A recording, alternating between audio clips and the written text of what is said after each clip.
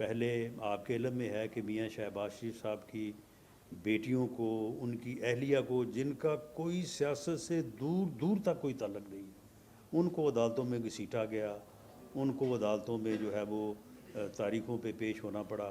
اس کے بعد مریم نواز صاحبہ کو جس طرح سے گرفتار کیا گیا، جس صورتحال میں گرفتار کیا گیا، جس صورتحال میں جیل میں رکھا گیا، یہ ساری چیزیں جو ہیں یہ انتہائی افسوسناک ہیں.